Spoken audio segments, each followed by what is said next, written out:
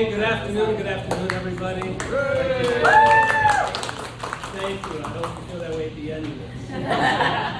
If you're here for the storytelling, thank you for coming. If this is a surprise for you, I hope you stay. And we'll just see what happens. My name is Roger Valenti.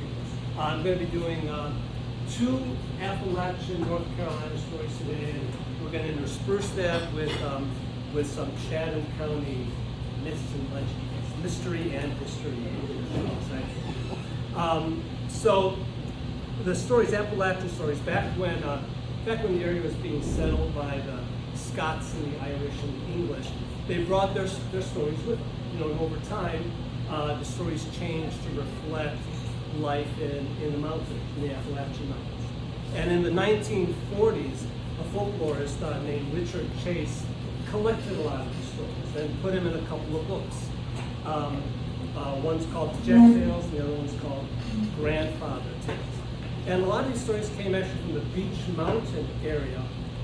One family, the descendants of Council Harmon, were really sort of the progenitors of a lot of the stories that we know today.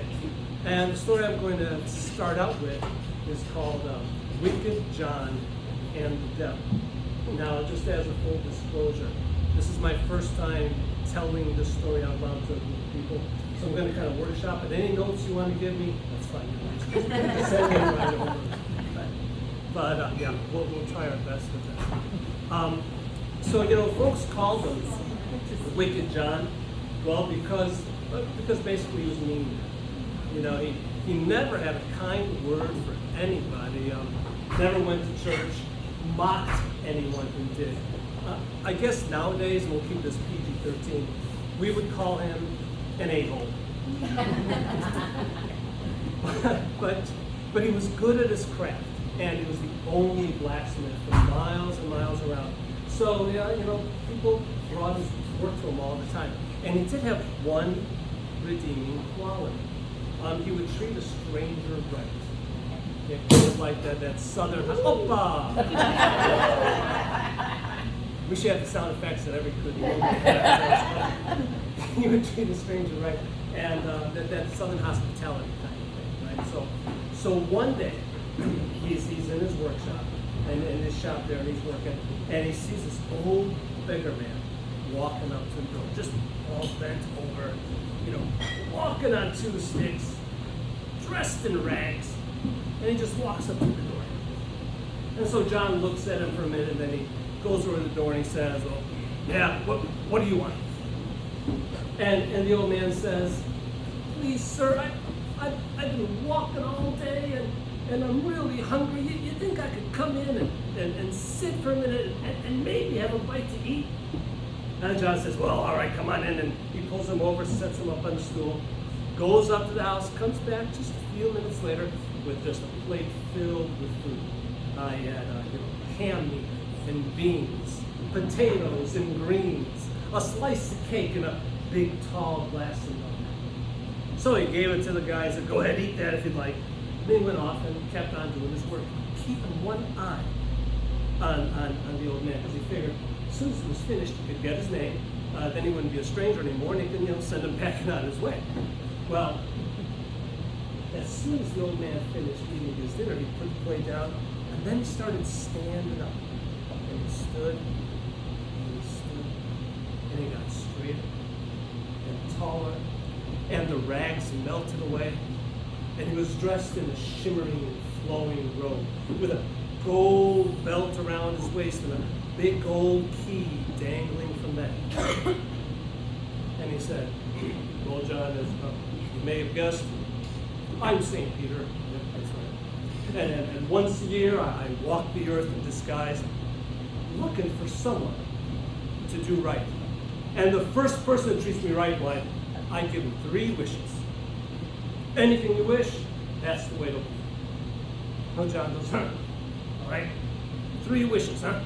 And he's looking around his shop, and he just said the first thing that comes to mind. He didn't care. He said, "Well, you see that old high-back rocker I got there?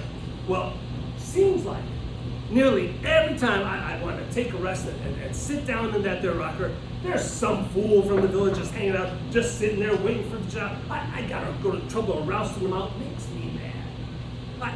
I just wish that anyone who sits in my rocker gets to rock and rock and rock it and can't stop until I let out. Johnny looked a little surprised. I mean, St. Peter looks a little surprised as well. All right, John, if that's your wish, that's the way it'll be. You got two more now. You might want to think carefully about them. But John, he was already looking around in his shop. He had another idea. He said, no, you see my sledgehammer, my 10-pound sledge? Well, it's always these boys from the village. They sneak in here, right? They're messing with it. They take it out, trying to break rocks. Seems like every time I want to use my own hammer, I got to go out searching for it.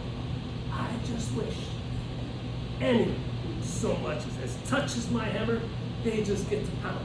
And they pound, and they pound, and they pound, and they can't stop until I let them. Well, St. Peter is kind of looking like he's regretting stopping it. He says, well, all right, John, if that's your wish, that's the way it'll be. You got one more, maybe you want to think about your immortal soul or something. But John, he was having a good time at this point. He, with a malicious smile, he said, oh, no. You see that thorn bush outside the door?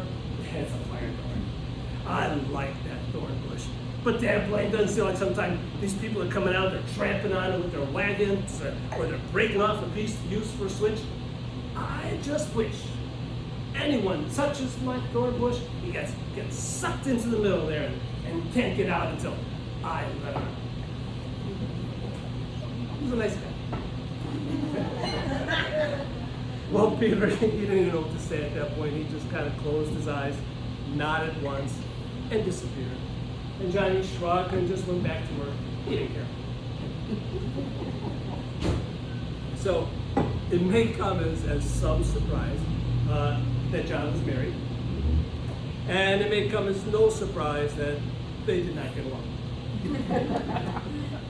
In fact, every morning pretty much started the same way. They would just start fussing at each other, and they'd fuss, and they'd fuss, and they'd get louder and louder until finally his wife screamed out, I just wish, the devil could come and just set for you right now. He could take you right away from here and I wouldn't care, and that is it. And then she'd pick up like a piece of firewood and just chuck it at his head. And John, he would dodge, the fire stick, laugh at her, and then go off to his shop. Truth to tell, it was pretty much his favorite part of the day. So that day, he's there working in his shop. And he looks up because he sees something in the book. Now, it turns out that the devil, he'd been hearing this for just about 20 years. And he figured it was time to maybe check it out, see what was what. So John looks up and he sees this little devil in the doorway. Tiny little thing. That tiny little ears. Just a tiny little tail. Who's all that?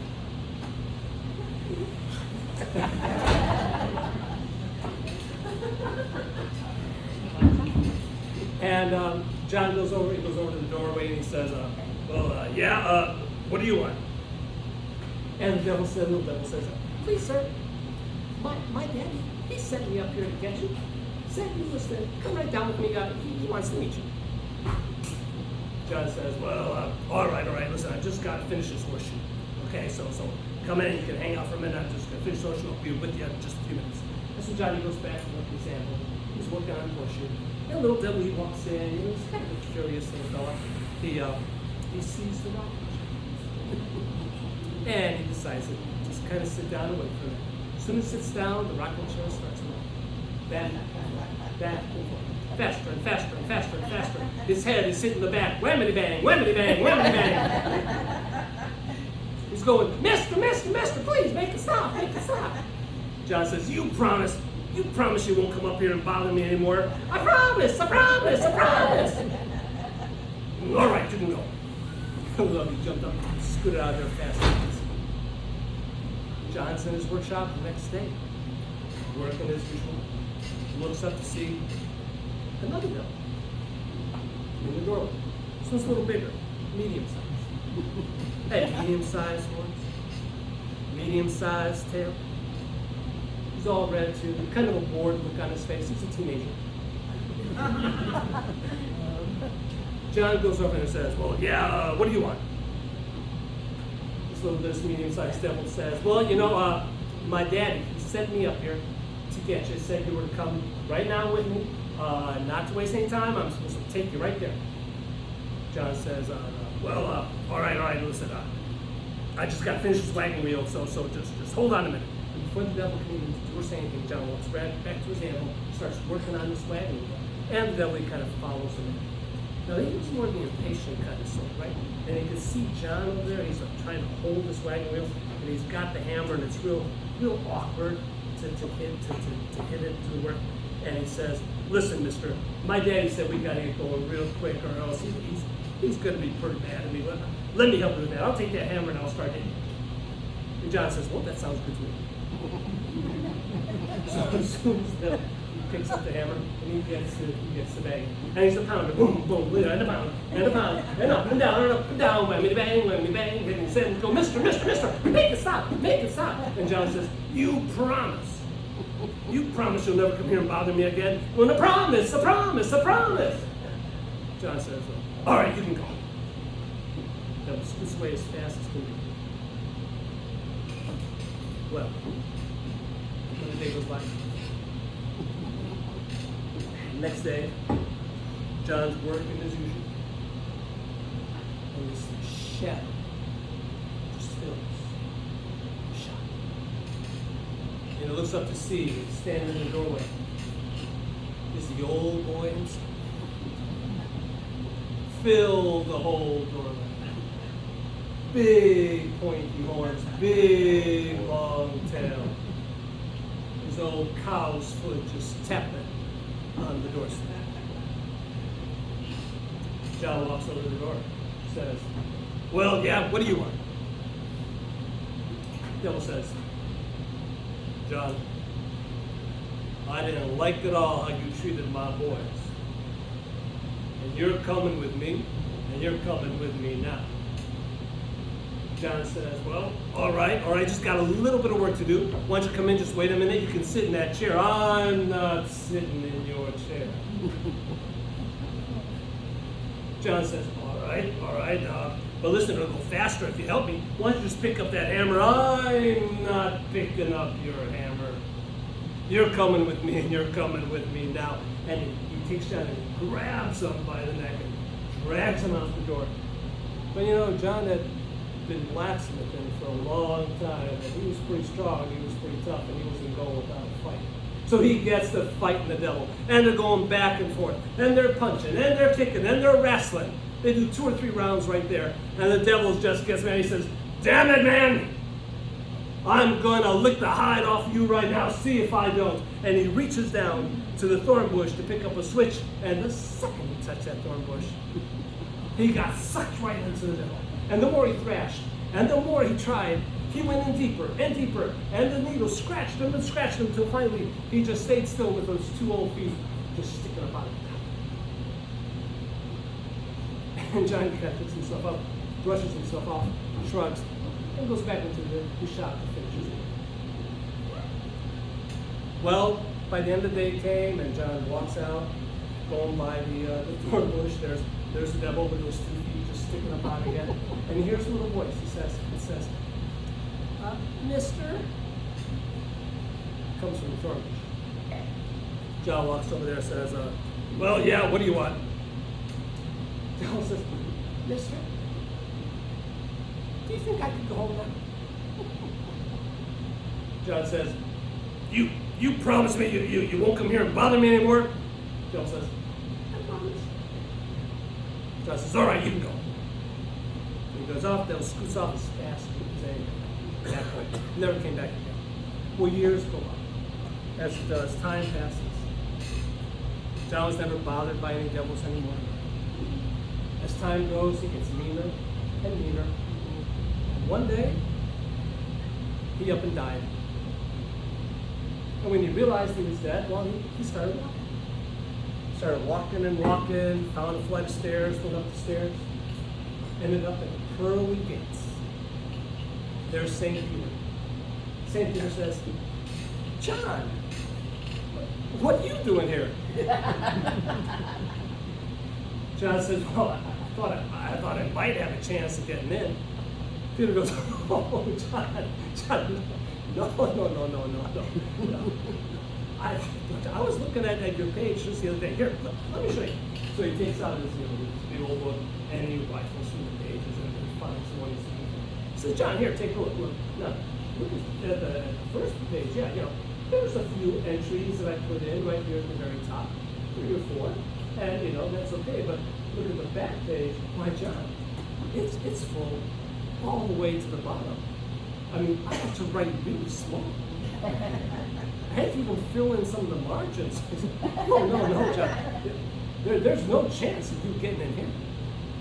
And he closed the gates.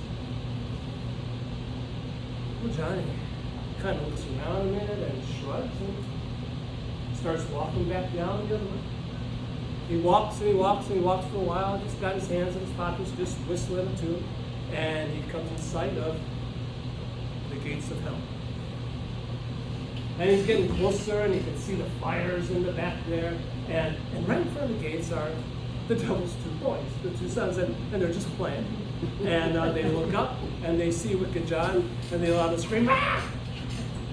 And they run in through the gate going, Daddy, come quick, it's Wicked John. And the devil, he runs out to the gate, he looks out, and he goes, bar the gates, boys, padlock the gates. And when John gets up to there, he sees the devil putting on the last of 5 padlocks, just close. Yeah, and he says, oh no, John, no, I won't have you in here. I know you're going to turn this place around in no time. No, I won't have you. You just go away somewhere else. Johnny kind of not sure what to do at this point. He kind of scratches his head. He says, well, confound it. Peter won't let me in up there, and you won't let me in down here. So just where am I supposed to go? Well, devil looks around a bit, and then he takes his gourd. And it's got these gourds all around. No, I don't know why. I'm just all these gourds around him. And he opens up his gourd and kind of just shovels it out. And then he reaches into one of the furnaces and he takes out a few hot coals. And he hands them out to John and he says, here, John, there you go. You just take that and you go start you a hell of your own. Well, so John took the gourd with the hot coals inside and he just started walking. They say if you go down to the great dismal swamps, dark night where there's no moon, you can see these lights like bobbing around. Now, some folks say it's swamp gas, and some folks say it's the will-o'-the-wisp. But you and I know what it really is. It's Wicked John, still looking for a little help to call his own. And that's about all there is to that.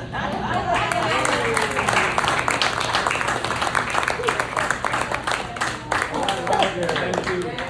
The way I'm sweating, I can feel the hell of breathing right there. So that was my first one.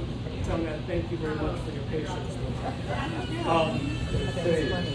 I considered changing the end of that story, making it kind of like an origin story to explain the General Assembly in Raleigh.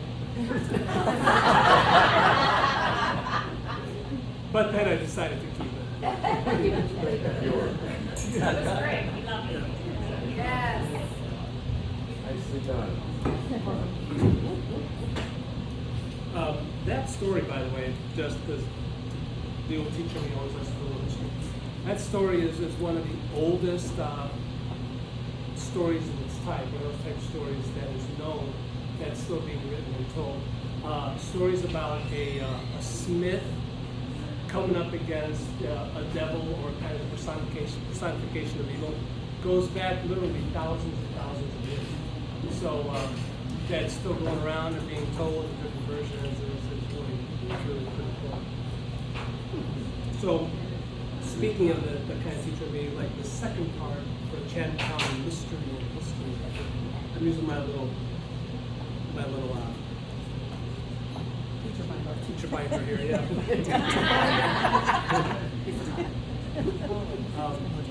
As I said, this is also the same binder that I use to do eulogies and weddings, so if you're in the market for either one of those.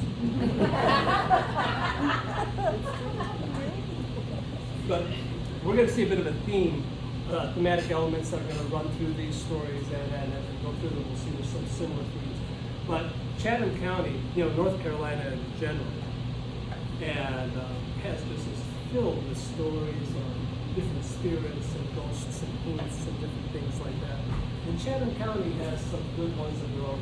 I'm going to share two with you here today. Just maybe get another drink there. Did I fill up some water or vodka?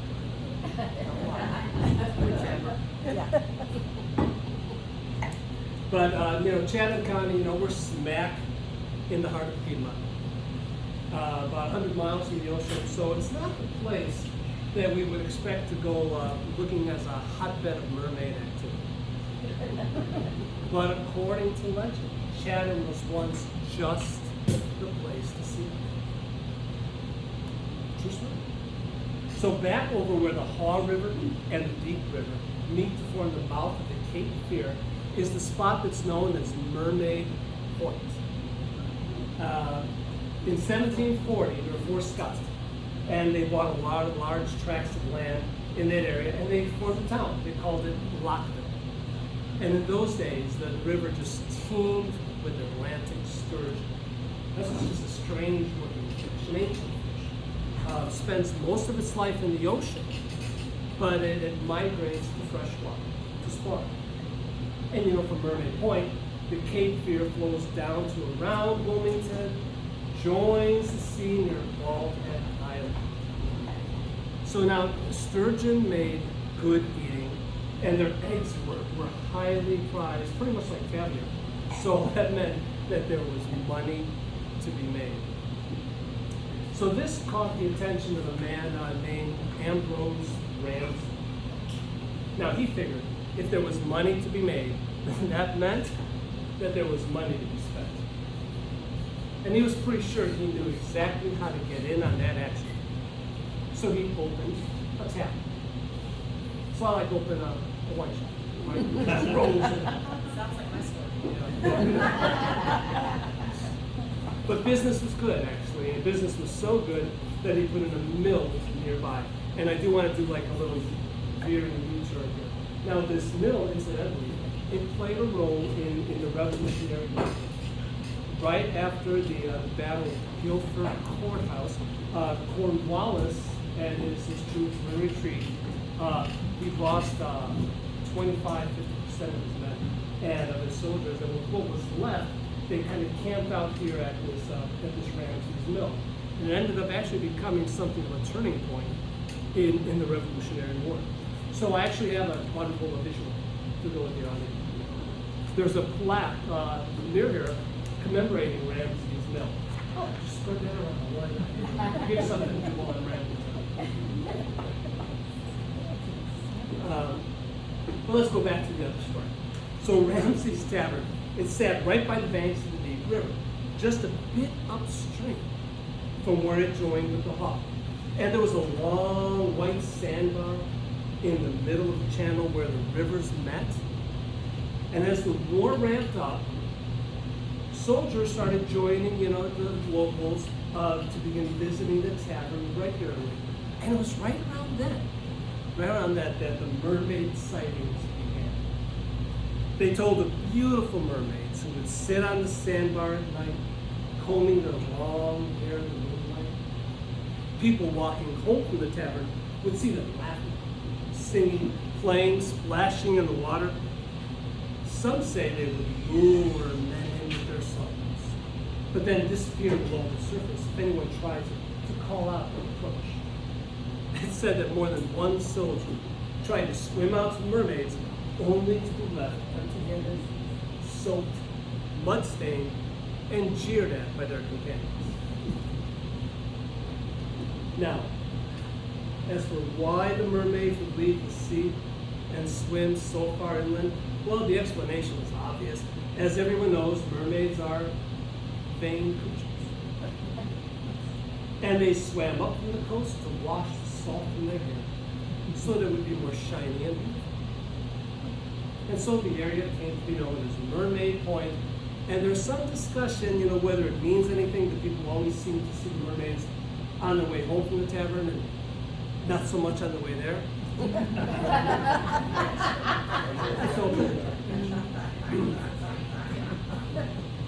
The town of Lockville, sadly, didn't make it over time. Moncure and Haywood eventually took what business there was to be had. Ramsey's Tavern actually stood until the late 19th century. Then it was destroyed in a flood. And the sandbar, it's submerged now. Dams and locks began to be built along the Cape Fear, including the Lockville Dam in 1922. Right on the site, the exact site pretty much, where the mill used to be. And mermaids have not been seen since. But, there's always a but. According to the U.S. Fish and Wildlife Service, and I checked this again just yesterday to make sure it's still current, the dam is scheduled to be removed. This is exactly after the site. It no longer produces power and was breached in 2023. It blocks critical habitat for the federally endangered Cape Fear shiner and limits its migration to suitable habitat found downstream. Its removal will reestablish this critical habitat for the Cape Fear shiner, the Atlantic pigtail mussel, and other aquatic organisms. Including, just maybe, say it, mermaids. So that's the story of when mermaids were all around. Right in that area there used to be, I thought it might still be operational, but it closed, I guess, some years ago. There was a Mermaid Point restaurant that somebody had opened up there to kind of get in on That would have been cool. but it's not there anymore. Yeah. So on to one more Chatham County mystery history. This is the most famous Chatham County story. I'm sure a lot of you have heard of the place that's known as the Devil's Tramping Ground. Yeah, raise your hand. I live like right down from here. Are you right there? Yeah. Yeah, it's just about like 30 minutes from here or so. I went out to school right here, and we would ride down to that. Yeah. 88 or was a beer So it's just it. This So I've is heard the, all. it's one of the biggest stories in North Carolina. Certainly the most famous Chatham County story. When you go on the website, there's a couple things about Mermaid Point. A lot of the information I got here, there's a folklorist in the area, Dan Sellers. He's written a lot of information about these. But you go on at Devil's Tramping Ground, there's just stuff all over the place about people's experiences. Some, swearing they had the most frightening time of their lives, and some saying, it wasn't that much. But it keeps on going. In fact, I think it was just a couple weeks ago, there's WUNC podcast, The Broadside. It came up, they did a story on the Devil's Tramping Ground, like right at the end of July, yeah, so listening to that. So I'm just going to tell you a little bit about Devil's Tramping Ground and see if it jives with what you know already.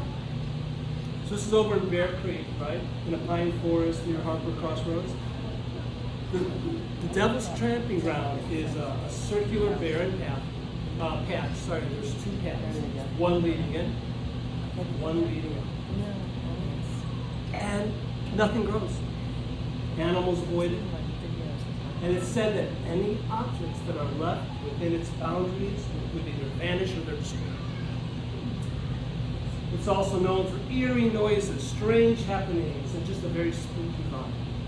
So the legend claims that it's the devil's old spot. On any given night, always at midnight, whether it's daylight savings time, he stomps in on one path, tramps and tramps and tramps around the circle, plotting evil deeds, generally reflecting on life, getting in some cardio. And when he's done, he leaves by the second plaque with his plans resolved and maybe even an updated film. So the legend goes back at least 300 years. The first mention in print came in 1882. As we said, there's just a lot of stories. Here are two. I'm just going to share two items. In the 1800s, a man by the name of John Carter decided that he was not going to let any spooky stories scare him off. He built a cabin less than a mile from the circle, where he saw fertile soil and opportunity. He moved in with his wife Mary and their two sturdy sons. Notice how everybody had sturdy sons. Oh, yeah. And they set about clearing trees for farming, and for a while, everything seemed fine. But then it started with noises. Strange sounds. Inarticulate, guttural, rising to a clamor that came from no known living creature. Then the whispers. Now maybe it was just the wind sighing through the pines, but they seemed to swirl around their ears and into their heads. Not quite words, but almost words that somehow said, "Go away."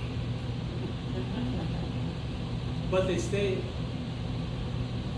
The dog took to spending most of its time hiding under the porch. Chickens vanished from their coop without any sign of how. And one morning, John found his prized milk cow dead, her body untouched, but her eyes staring wide open like she'd been scared to death. Mary had had about enough, and she begged John to leave.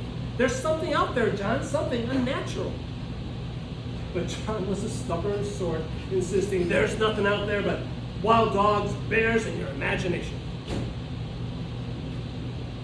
And then one night in November, the family sat inside by the fire, listening to the wind howl, when there came a knock at the doors.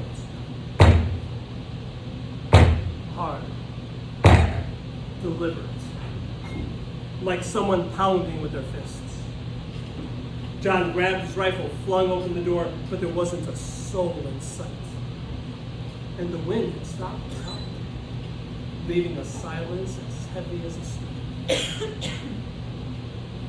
The hair on the back of his neck stood up as he heard footsteps, slow, rhythmic. Steps grew louder and louder, and as he stared out in the darkness, he saw eyes, red eyes, glowing like hot coals, staring at him from the direction of the circle.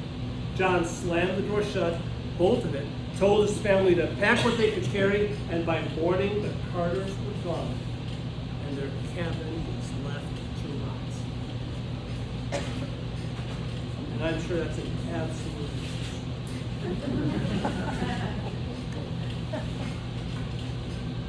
Well, one more. In 1935, a group of college boys from Chapel Hill, because of course, they decided to spend the night in the circle. They thought it was all a great joke. They pitched their tents right in the middle, laughing and scoffing the whole time. But as the night wore on, their bravado began to fade as the woods grew quiet. Not a peaceful kind of quiet, a death, the kind that makes your skin crawl. They piled wood on the fire, and though it burned, it gave out no heat. And they clutched themselves as they shivered in the dark. Then, right about midnight, one of the boys gasped and pointed toward the edge of the firelight. His face was frozen in fear. The others turned to see a shadow, tall, thin, moving slowly around the circle. And they didn't wait to see any more. As one, they just leaped up and ran, leaving their tents and supplies behind, but then they actually returned the next day to find the campsite destroyed. Tents were shredded, firewood scattered, and strange, hoof-like footprints were embedded into them. So, is it a supernatural sight or a natural phenomenon? Does the devil really use this spot as his personal running track? Maybe. Soil samples that have been taken over the years show some anomalies, like high salt content, but nothing that's high enough to make it that nothing can grow. And though it's surrounded by normal vegetation, attempts to plant anything on the path through the circle have all failed. But also, they say the circle has been shrinking. Gone from about 50 feet diameter to maybe about 25, 30 feet down. Could be that the mystical energies are waning. Could be the devil just went and got a coincide. But there are other theories.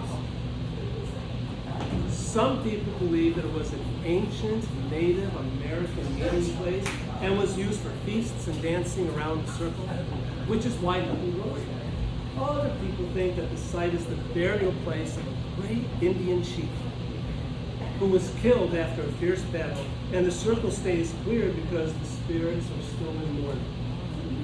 And still others think that it's an alien landing zone, which would explain reports of lights in the sky and the eerie noises and the General Assembly in heaven. And a more recent theory, maybe the best one, is that the site is actually the anchor of a Magdalene crystal column of energy, a point of divine feminine energy on Earth, which would be a nice difference from the devil using energy. So you just have to decide for yourself. You said you can check it out. It's about 30 minutes from here. The owners, it's on private property, but the owners have a website. They have it all set up for camping. You can get on their website, the original devilscampingground.com.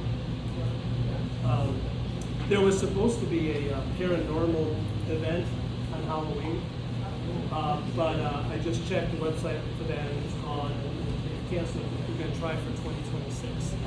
Oh, because. Who knows why? But, all right, those are the chat.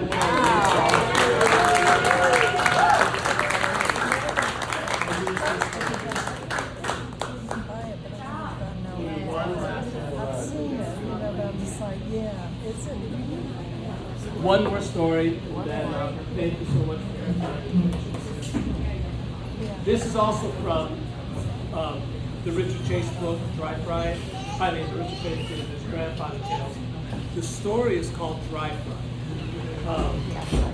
And I'll tell you the story. It takes just a little bit to do, although I sometimes wonder if I should even tell you this story right now, because probably everybody in the room knows all about Dry Fry already. Right? It seems like everybody. Raise your hand if you know about Dry Fry. Okay, raise your hand if you don't know Dry Fry. Okay, you know. Really? Are you sure? Well, maybe you just don't remember. Let me tell you a story to help you, see if you can kickstart your memory before we get into the actual story. All right, so Dry Fry was an old preacher man. But pretty much the only thing he would ever preach for was really the collection plate and fried chicken. Right? Dry Fry just loved fried chicken. So here's a story about one time there was a church picnic. And if Dry Fry liked anything almost as much as fried chicken, it was hearing himself talk, just talking as fast as he could. So he was at this church picnic. He was just talking. And he was just jawing so fast that his false teeth actually just flew out of his mouth and landed in the mud bucket and went down. Yeah. So people felt bad for him. They kind of wanted to help him, but nobody wanted to stick their arms down in the middle of that mud puddle there. So. But then little Ginny Johnson, she got herself a good idea. So she went over to a picnic basket and she got out a big piece of fried chicken. So she tied a string around.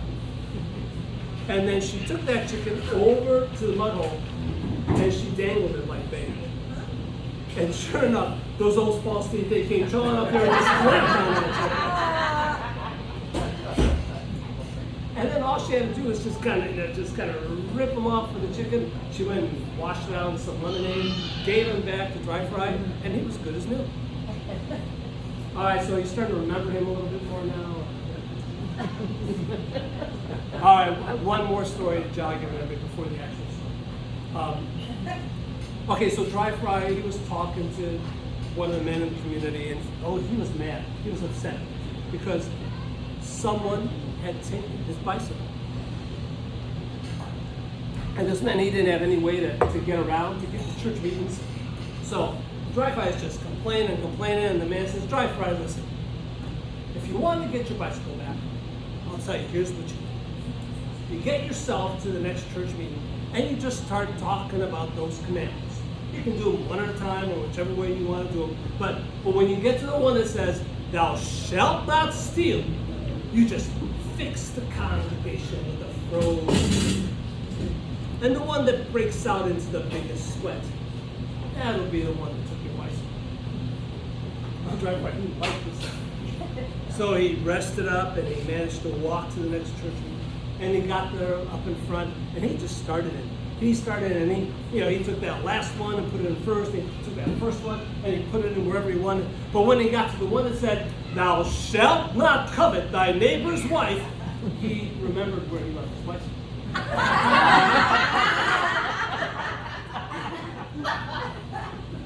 Now we're starting to remember.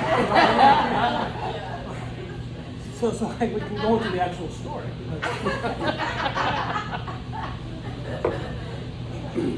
So, as you said, dry fry loved fried chicken. He was always getting himself invited over for dinner, especially when there was chicken to be had. So he was at this farmer's house one night, and he was just eating away on this piece of fried chicken, and then the unthinkable happened. A piece of chicken bone got stuck in his throat, and he choked in and dropped it.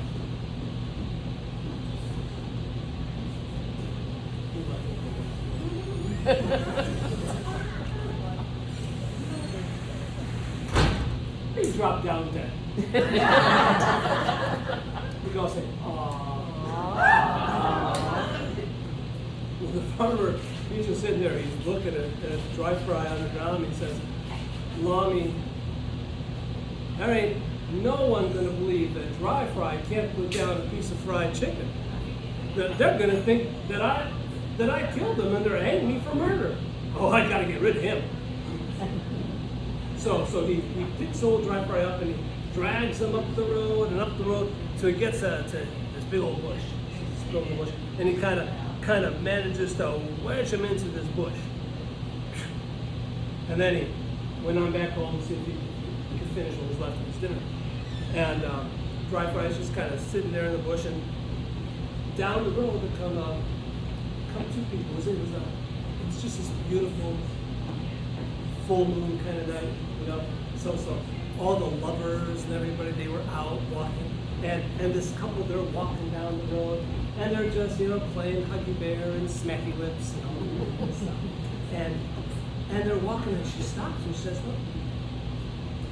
look at me, I think there's someone up in that bush up there.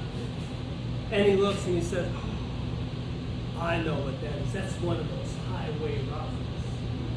And he's just waiting for us to go by so he can jump us. Ooh, we gotta take care of him.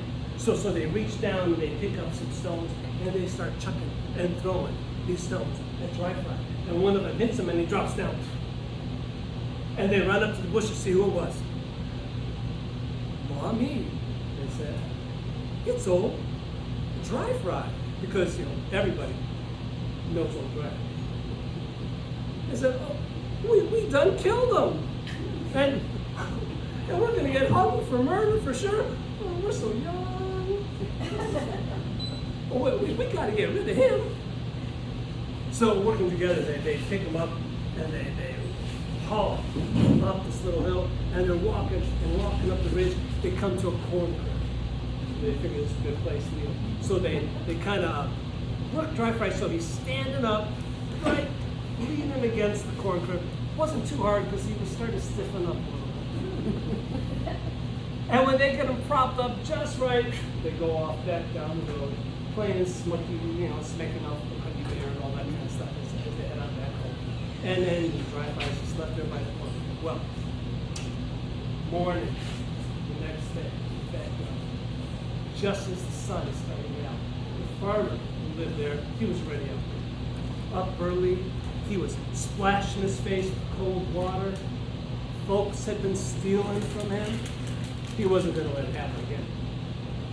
He looks out the window and he sees somebody look like they're messing around by his corn. Opens the window and says, "Hey, you over there. You get away from there or I'm going to shoot." I mean it now. You move away or I'm going to shoot.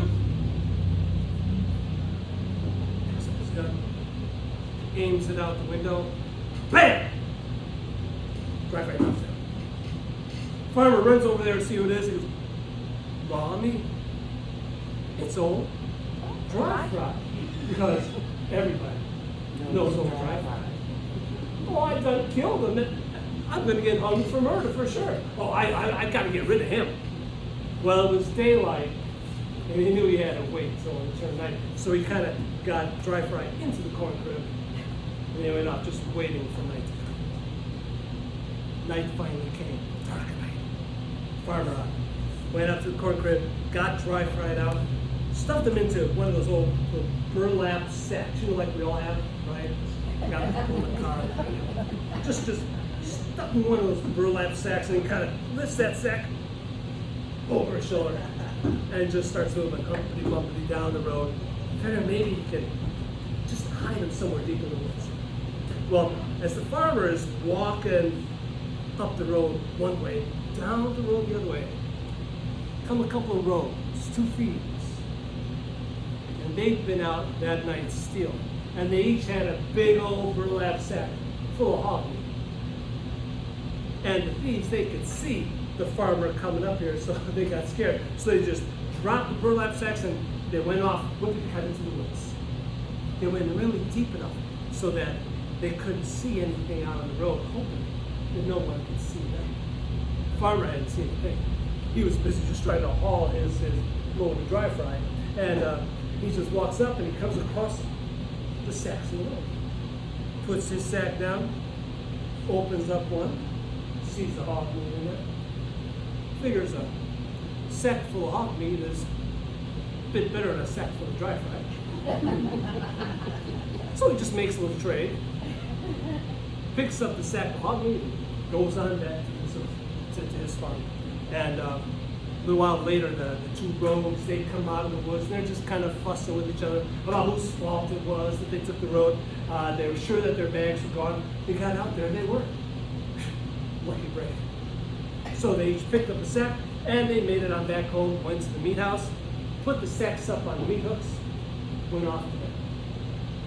Well, early the next morning, one of the wives of the thieves comes out to the meat house. She's got a butcher knife. Got to get some meat to cook for breakfast.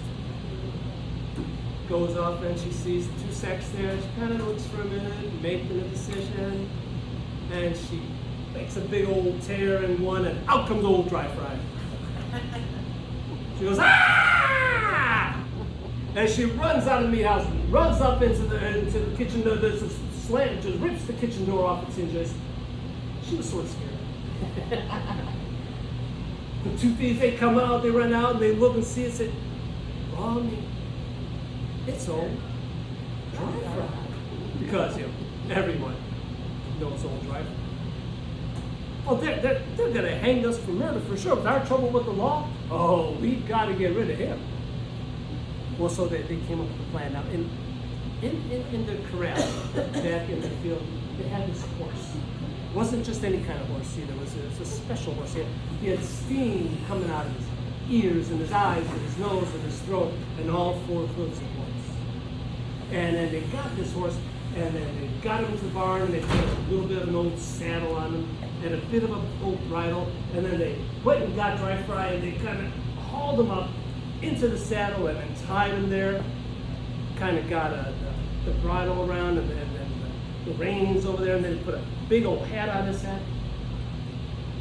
And then they whipped up and they just took their hand and they gave that horse such a smack on the rump that it was heard across the county. And that horse just took off down the road.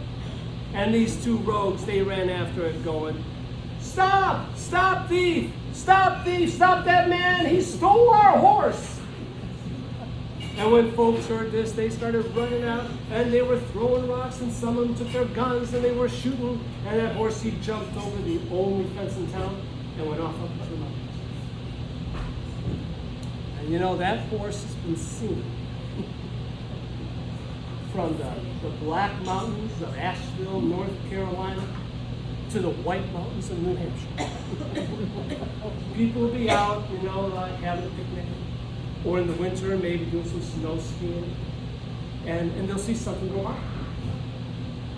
And everywhere you go, you can just hear people say, "Long me."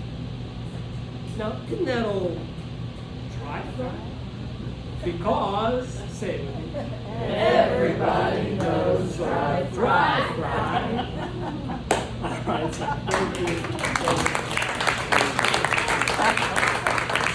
That's all we need today. So drink a lot of wine to wake up and buy a lot of wine.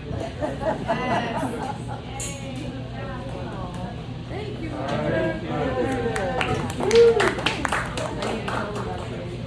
I'm not even going to know.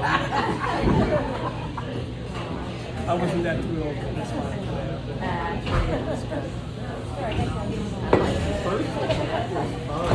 Did that one go okay? Oh, yeah, that was good, the devil. All right.